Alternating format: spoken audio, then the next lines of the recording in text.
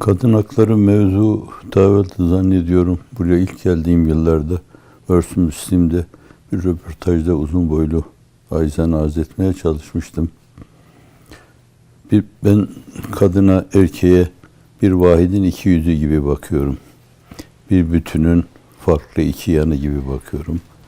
Allah Celle Celaluhu yaratırken de zaten öyle yaratmış. Fakat değişik dönemlerde bir yönüyle onun böyle hayata kapalı yaşaması, evine kapanması, hayatın dışında kalması, bir yönüyle de bir kısım tiranların onu tamamen tecrid etmeleri, hayatın içinde aktif bulunmasına engel olmaları yüzünden mahrumiyetler yaşamış. Meseleyi dengeli tutmak, evet onun kendine göre bir yeri var, onun kendine göre bir yeri var, onun yuvası var, bazen çocuklarıyla meşguliyeti var. Ama hayatın içinde olması için hiçbir mani yok, hiçbir mahsur yok. Her şey olabilir. Ne var ki dünya bu realiteyi henüz görmüş değil. Realite planında mesele bir yana bırakılsın, yani zannediyorum düşünmemişler bile. Belki başka zamanda arz ettiğim gibi yani dünyada kaç tane bayandan Genelkurmay Başkanı var, kaç tane Cumhurbaşkanı var. Geleneksel olarak İngiltere'de Kraliçe Elizabeth var ama işte babasından tevarüs ettiği bir şey.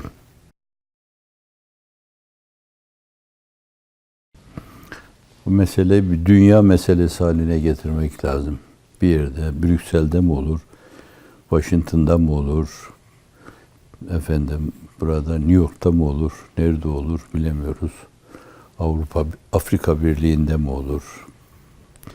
Bir yerde mutlaka böyle bir şey yaparak bu realiteyi dünya çapında bir evrensel mesele olarak dinlendirmek lazım. O mevzuda selayetli insanları bir araya getirerek dünya çapında tefrik etmeden Müslüman, Hristiyan, Yahudi, Budist, Şintoist herkesi bir araya getirerek orada ele almak lazım. Yani müfredat programları içine koyarak şuur altı müktesebatın beslenme faslı diyebileceğimiz belli bir yaşa kadar pedagoglar genelde 0-5-7 yaş arası falan diyorlar. Fakat tecrübeler gösteriyor ki yani insanın o şuur altı müktesebatı, yani nöronların doyma işi veya hipofiz bezi mi, talamus bezi mi, hafıza merkezi mi neyse işte bunlara yükleme işi zannediyorum 15 yaşına kadar devam ediyor. Bu da biz de işte lise çağına gelme şeyine tekabül ediyoruz. Bu seviyeye geliyor. Müfredat programlarına konarak bunlar bir yönüyle bu insanları işlemek lazım esasen. Onları da o yaşta kabul ettirmek lazım. Meselenin tabii hale gelmesi ancak öyle olur yani. Sonra dayatmalı olan şeyler tepki alırlar. Reaksiyona maruz kalırlar. Aksini doğururlar o türlü şeyler.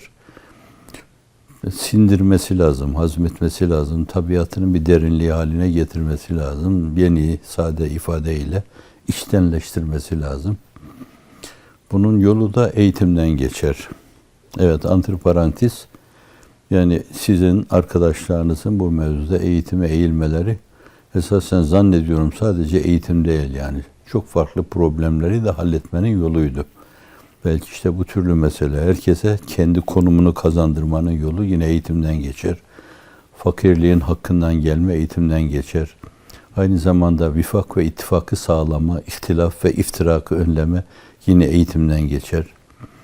Aynı zamanda insanları uzlaştırma, barıştırma, el ele, kol kola hale getirme yine eğitimden geçer. Yani eğitim önemli bir faktördür ama fakat o eğitimin işte müfredat programıyla donatımının sağlam olması lazım. Ona göre psikologlar, pedagoglar bir araya gelerek bizim dünyamızda kendi inanç kıstaslarımıza göre bir pedagojinin, bir psikolojinin yazıldığı kanaatinde değilim yani.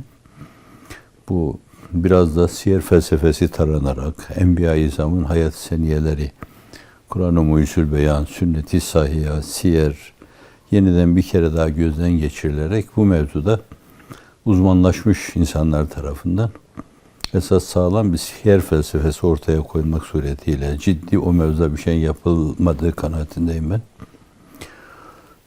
Ona göre bunları müfredat programı içine sokarak ilk mektepten itibaren ortaokulda, lisede o halde belki üniversiteye geldiği zaman, daha sonra kariyer yapmaya geldiği zaman zaten o duygunun, o düşüncenin insanı olacaklar.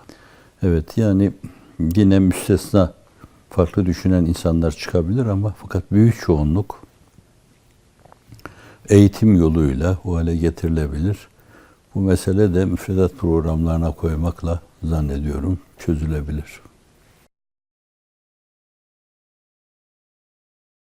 Evvela aile fertleri arasında, yani beyi veya evladı, çocuğu, babası filan, bunlar belli bir seviyedeyse, diğer şayet onunla beraber aynı şeyleri paylaşmıyorsa, birbirlerini anlamıyorlarsa, yani Hz. Mevlana'nın güzel bir sözü vardır, aynı dili konuşanlar değil, aynı anlayışı paylaşanlar anlaşabilirler. Seviyesi o seviyede değilse, bir yönüyle hiç bilinmediği şekilde bir hane içinde kas sistemi yaşanır. İnsanların birbirini anlaması, konuştukları şeyleri anlamaları, içine girdikleri konuyu beraber paylaşabilmeleri çok önemli bir mesele. Bir kere bu seviyeden esas kadın haklarına bakmak lazım yani. Bir de toplum içinde aynı şey mesele yani. Bir aileye siz bir molekül nazarıyla bakabilirseniz, bakıyorsanız şayet, o biraz da işte bir insan heyeti gibi, insan anatomisi gibi bir şeydir yani. O zaviyeden bakmak lazım. Toplumun fertlerinin de kadın erkek birbiriyle anlaşması lazım. Konuştuklarını anlamaları lazım. İçine girdikleri konuları anlamaları lazım. Onların da belli bir ufukları olmaları lazım. Hatta bu meseleyi farklı bir zaviyeden ele alarak, hani bir taraftan böyle dini ilimler, bir taraftan kalbi ve ruhi hayat, bir diğer taraftan da tekvini emirlerin hallac edilmesi, varlık, eşya ve hadiselerin hallac edilmesi, pozitif ilimlerin esas malzemesi diyebileceğimiz şeyler. Yani bu alanların bütünü şöyle böyle en azından bir lise seviyesinde bilinmesi lazım. Hepsinin bilinmesi lazım ki toplumun fertleri birbirinin konusunu anlasın. Bir araya geldikleri zaman biri konuşurken diğeri işte öyle bağışlayan yine aval aval bakmasın başkasının yüzüne.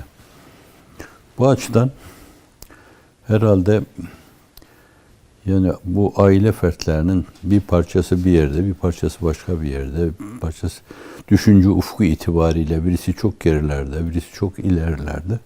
Orada hiç farkına varmadığı şekilde bir hanenin içinde kas sistemi, bir toplumun içinde kas sistemi yaşıyoruz demektir. Bunlar da çok gerilerde kalmış. Eski Mısır'da, Firavunlar döneminde veya Hindistan'dan mı önce zuhur etmiş, Hindistan'da çok eskilerde Ganj havzasında kalmış şeyler bence. Evet, maalesef şimdilerde onları yaşıyoruz.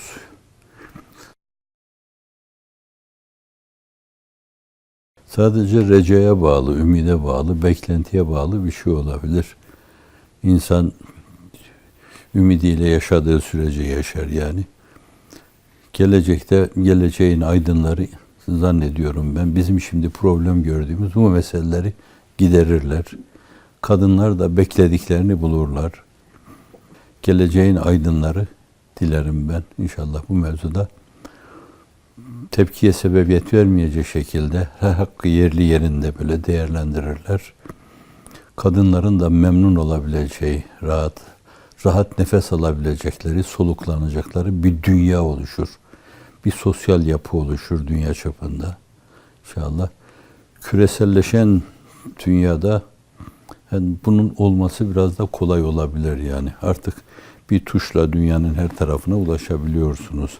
Eskiden olduğu gibi bağışlayan atın katırın sırtında değil, bir mesajı bir yerden ulaştırma anında bir şey istediğiniz zaman hemen Hindistan'a, Pakistan'a falan ulaşabiliyorsunuz.